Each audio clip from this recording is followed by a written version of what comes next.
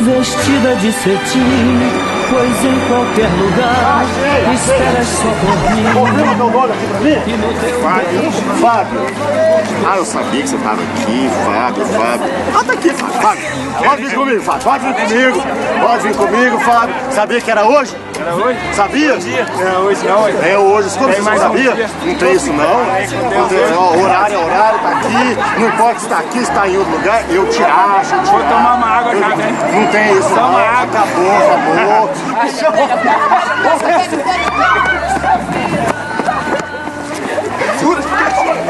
Pega. Já vai. Não. Você, seu nome é... Seu nome? Arles dele. Arles? Não sei nem escrever, Arles. Pergunta aqui não. Seu qual que é? Átila. Átila? Isso. Ah, Átila eu sei escrever, tá aqui, ó. Tá aqui, ó. Eu procurei você. Tive que vir aqui nesse Ouro Preto pra te caçar. Você mesmo. Nem, ó. Vem comigo, porque hoje é teu dia. Vem comigo. Faz isso não, velho. Tá na hora ainda não. Minha mãe tá lá em casa me esperando ainda, velho. Pontualidade britânica. Aqui é assim.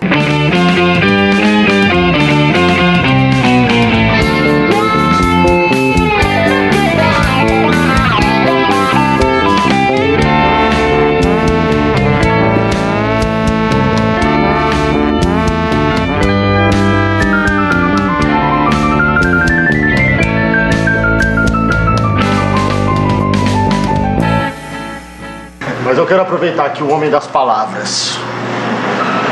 Você, homem das palavras, um desafio. Me poetize. Vou te poetizar com um poema. A gente estava falando aqui da morte, ou da sobrevida, de um poeta chamado Manuel Bandeira. Você deve conhecer. Ele esteve muito próximo de você. Parece que você, olha, puxou ele assim de um modo que ficou difícil. A minha listinha aqui não falha. Tão difícil que ele, em 1917, olha, quanto tempo isso, ele publica um livro já com uma cara, com a sua cara, A Cinza das Horas. Que livro bonito! É um poema que chama Consoada. Vou ler para vocês. Quando a indesejada das gentes chegar, não sei se dura ou caroável, talvez eu tenha medo, talvez sorria ou diga: alô, ineludível, o meu dia foi bom, pode a noite descer, a noite com seus sortilégios. Encontrará lavrado o campo, a casa limpa, a mesa posta, com cada coisa em seu lugar. Eu me senti provocado, mas agora o meu papo é com vocês aí, ó. Você tem medo da morte? Depende. A minha não. Por quê? Morreu. Tem medo da morte? Tem. Você tem medo da morte? Eu não. Por quê? Faz parte da vida, né? Faz parte da vida a morte? Faz. Faz? Depende da morte. Você tem medo da morte? Não? Por que você não tem medo da morte? Quando eu nasci, eu já sabia que um dia eu ia morrer. Não, eu não tenho medo da morte, eu tenho medo pra onde eu vou. Você acredita que é uma vida depois da morte? Não, Por quê? porque eu não acredito. Não? Não. Eu sou espírita, né? Pra mim, eu acredito em vida após a morte. Então eu te levando hoje vai dar na mesma. Já que eu volto. A gente vem aqui para se preparar para a próxima vida. Essa aqui é uma preparação para a vida eterna.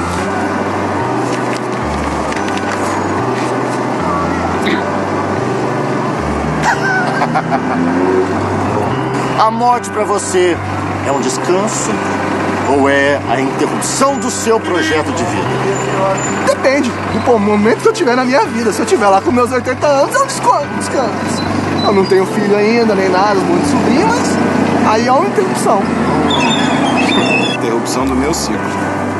E como é o seu ciclo? É o final da minha história aqui pra começar em outro lugar. Continuação.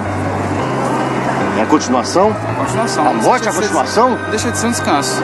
Como é que você vai continuar a vida depois da morte? Na Vai saber o que tem depois da morte, né? Vai saber. A gente não sabe. Vocês não sabem? Então, ele vai saber daqui a podia me pouquinho. contar, né? Ele vai te contar daqui a uns dias. É um descanso. É um descanso. É um descanso. Você não tem projeto de vida. Tenho aqui na Terra. Depois eu descanso se eu morrer. Mas aí você morre e não conquista seu objetivo. E aí? Aí pronto, acabou, né? Vou descansar. Você gostaria de viver pra sempre? Não. Não? Não. Por quê? Porque a velhice no nosso país, infelizmente, é muito sofrida. Então você não tem uma velhice saudável. Então você gostaria de morrer? Fato. Quando a gente nasce, a única coisa que a gente sabe é que a gente vai morrer. Chega uma hora, cansa de viver, né? Cansa? Cansa, chega uma idade que daí não tem mais vontade de fazer nada. Viver eternamente é complicado, a gente perde muita coisa e fica aí pra poder ficar só sofrendo. Você gostaria de morrer? Gostar de morrer não, uma hora que chegar, chegou. Entendi. Por quê? Você tá igual que já da propaganda. Por quê? Por quê? Você gostaria de viver pra sempre?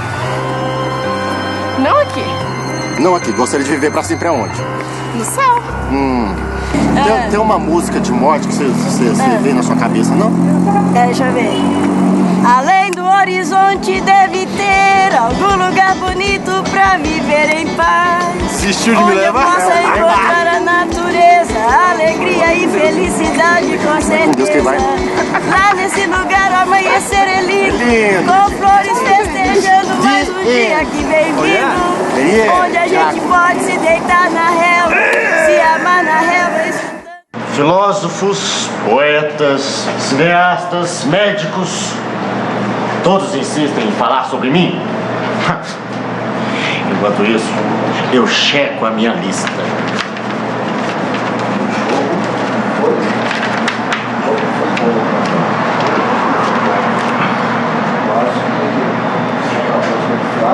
Eu quero falar de outra coisa. Nós viemos aqui para falar de morte. Teodoro, você, por exemplo, a morte é a afirmação da vida, é assim que as pessoas enxergam esse negócio, cara? Falar da morte é falar da vida? A morte enquanto evento que faz cessar a vida de um indivíduo não me parece poder ser uma afirmação da vida. Porém, a consciência da morte enquanto um fato inevitável para todo mortal,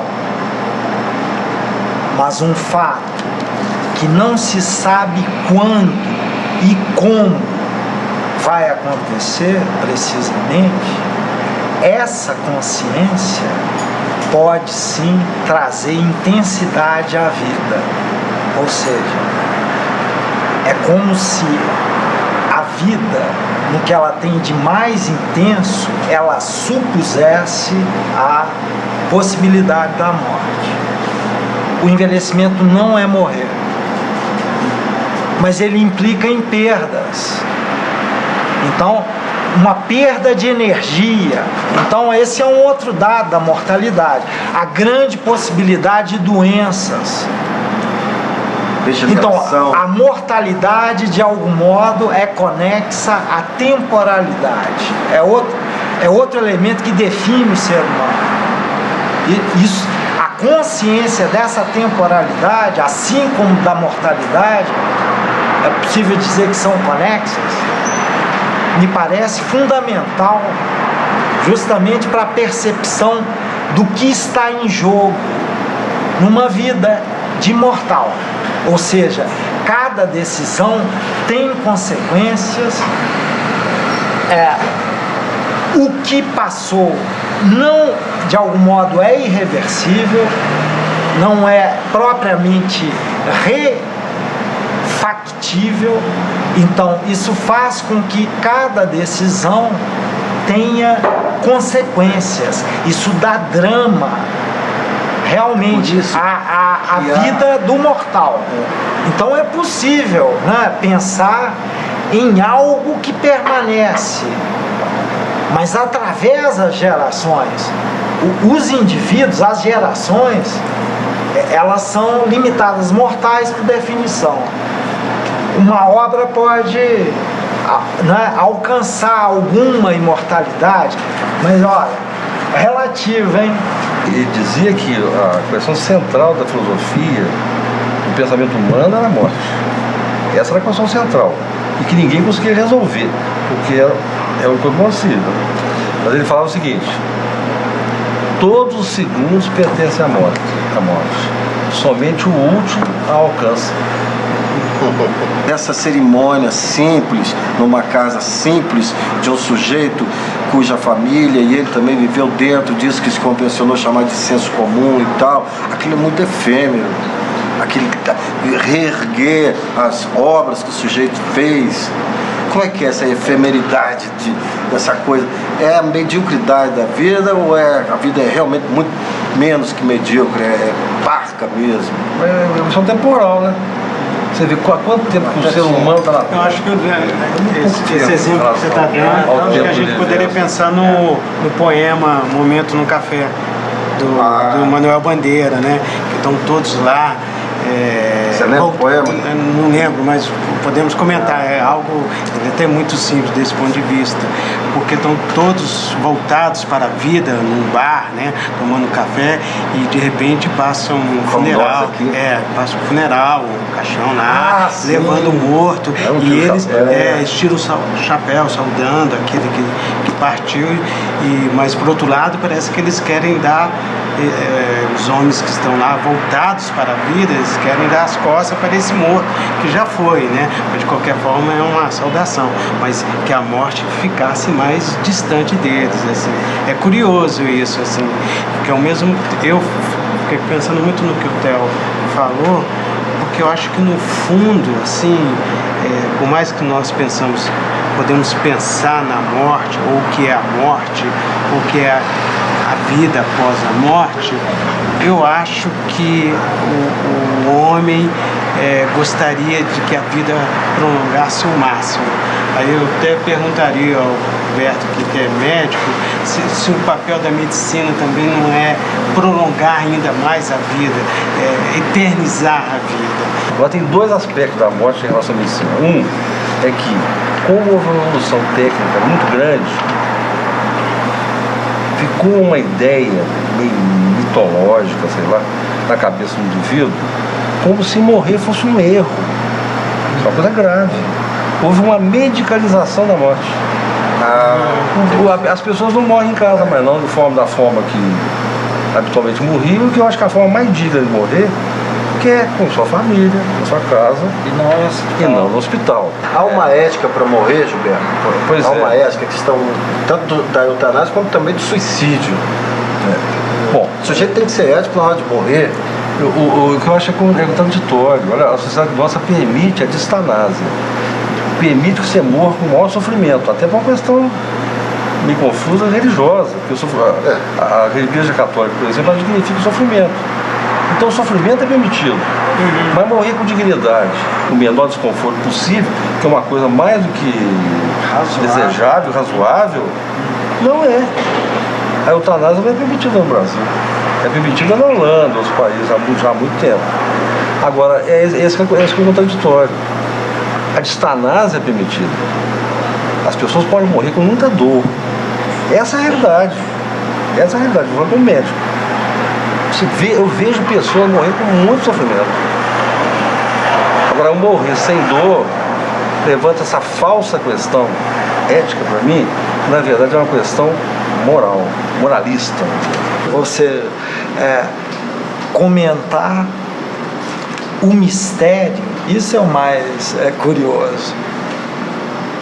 Aquilo que, de fato, ninguém, enquanto vivo, sabe exatamente como é, como por sinal não sabe, né?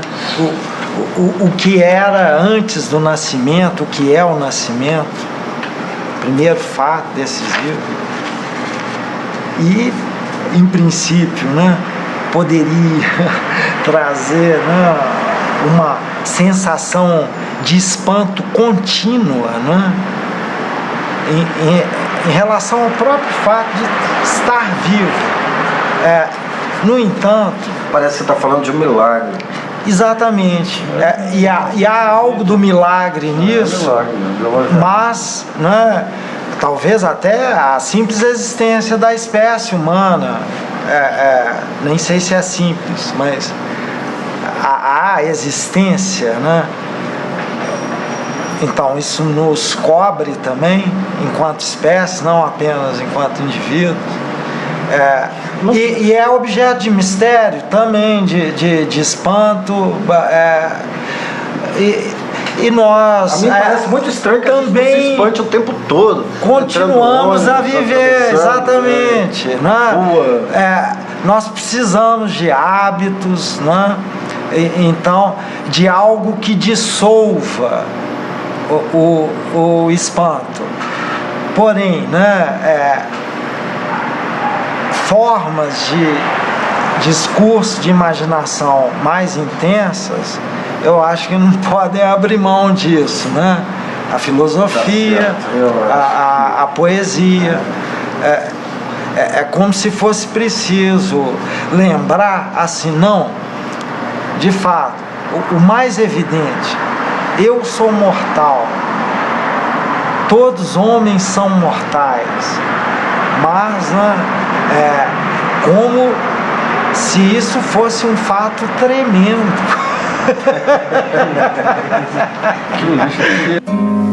O melhor lugar do mundo é aqui. E agora, o melhor lugar do mundo é aqui. E agora,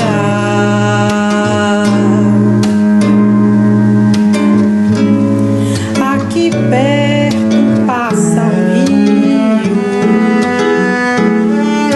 Agora eu vi um lagarto morrer, deve ser tão frio quanto na hora do parto. Aqui fora de perigo, agora dentro de instantes, depois de tudo que eu digo, muito embora, muito antes, o melhor lugar do mundo é aqui. E agora